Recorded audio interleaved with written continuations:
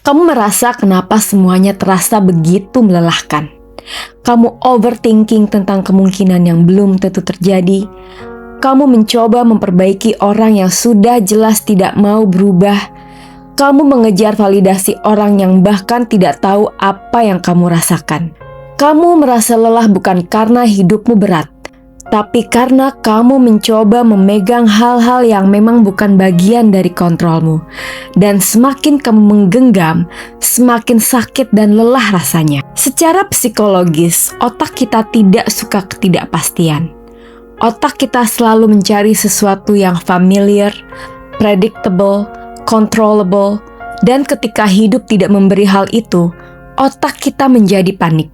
Itulah kenapa kita menjadi overthinking, jadi people pleasing, jadi overgiving, jadi hypervigilant, dan kadang menjadi obsesif dengan hal-hal tertentu. Semua ini muncul dari ketakutan dasar manusia, yaitu takut kehilangan kontrol. Kita merasa kalau kita bisa mengontrol seseorang, situasi, atau timeline hidup kita, kita merasa aman. Padahal, itu hanyalah sebuah ilusi yang bikin kita terlihat kuat dari luar, tapi rapuh dari dalam. Dan ketika ilusi itu pecah, kita merasa gagal dan tidak berdaya. Di titik inilah Stoicism menawarkan sebuah jawaban yang menenangkan.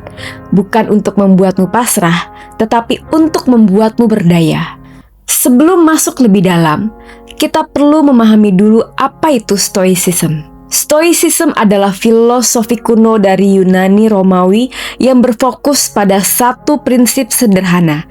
Kendalikan apa yang bisa kamu kendalikan, menerima apa yang tidak bisa kamu kendalikan. Filosofi ini dipegang oleh kaisar besar, pemimpin perang, dan para pemikir. Tapi menariknya, Stoicism juga sangat relevan untuk perempuan modern saat ini, yang hidup di dunia penuh tuntutan, ekspektasi, dan tekanan emosional. Kenapa? Karena perempuan seringkali mengambil beban emosi orang lain, merasa harus memperbaiki semua hal, overthinking pada hal yang tidak ia kuasai, mengambil tanggung jawab atas perasaan semua orang, dan ingin terlihat cukup, baik, sempurna, dan mengerti. Stoicism bukan datang untuk menghilangkan emosi, tapi mengajarkan kita cara menempatkan emosi dengan lebih berkuasa, bukan berantakan. Stoicism mengatakan bahwa hidup selalu punya dua sisi, yang bisa kita kontrol dan yang tidak bisa kita kontrol. Dan kedewasaan seseorang terlihat dari bagaimana ia membedakan keduanya. Sebelum kita membahas menerima yang tidak bisa dikontrol, kita harus pahami dulu apa yang sebenarnya bisa kita kontrol. Pikiran kita. Kita memang tidak bisa mengontrol apa yang orang lain katakan, tapi kita bisa memilih bagaimana respon kita menanggapinya.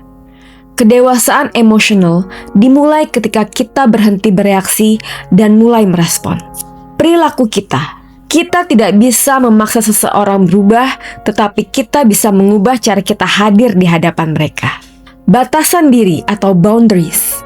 Boundaries bukanlah penghalang, tapi batasan yang menunjukkan sampai sini adalah ruangku dan selebihnya bukanlah tanggung jawabku. Usaha kita. Pahami kalau hasil bukanlah ada di tangan kita, tapi proses selalu menjadi milik kita yang bisa kita kendalikan. Makna yang kita berikan pada sesuatu. Semua peristiwa itu pada dasarnya adalah netral. Yang membuat berat atau ringan adalah interpretasi kita. Ini adalah area yang 100% berada di tangan kita. Sekarang kita masuk ke bagian yang sering membuat hidup kita terasa berat, yaitu hal yang tidak bisa kita kontrol. Reaksi dan opini orang lain.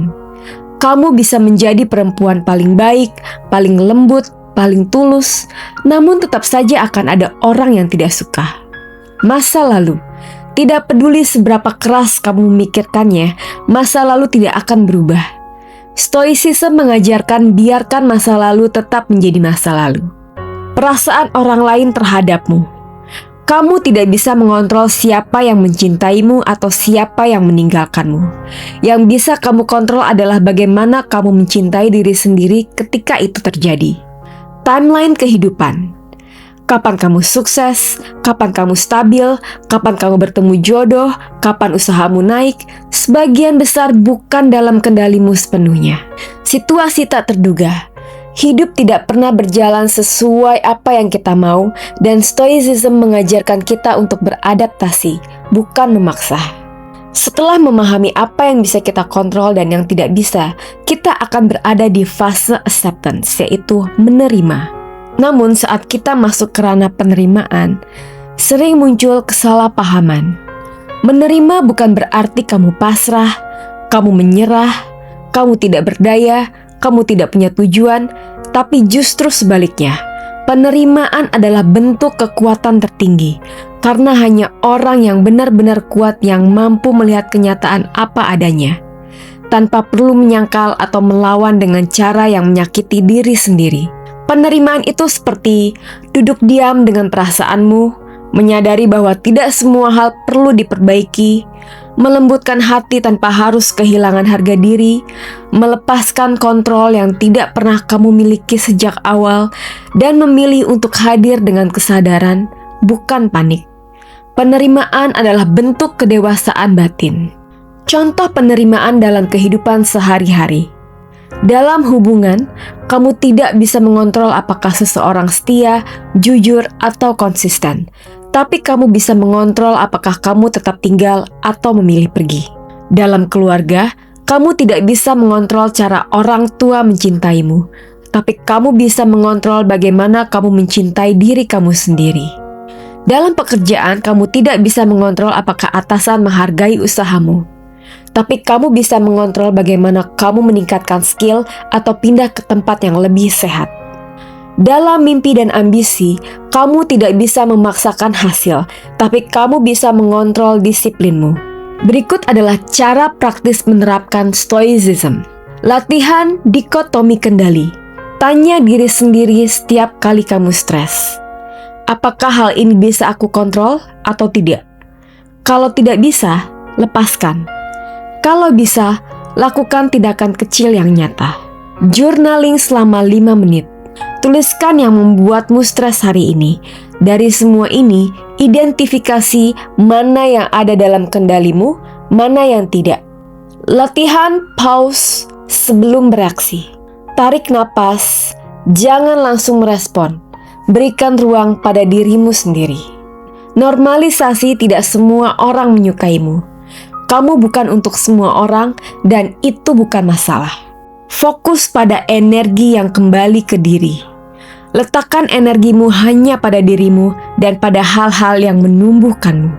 Pada akhirnya, hidup bukan tentang berusaha mengontrol segalanya.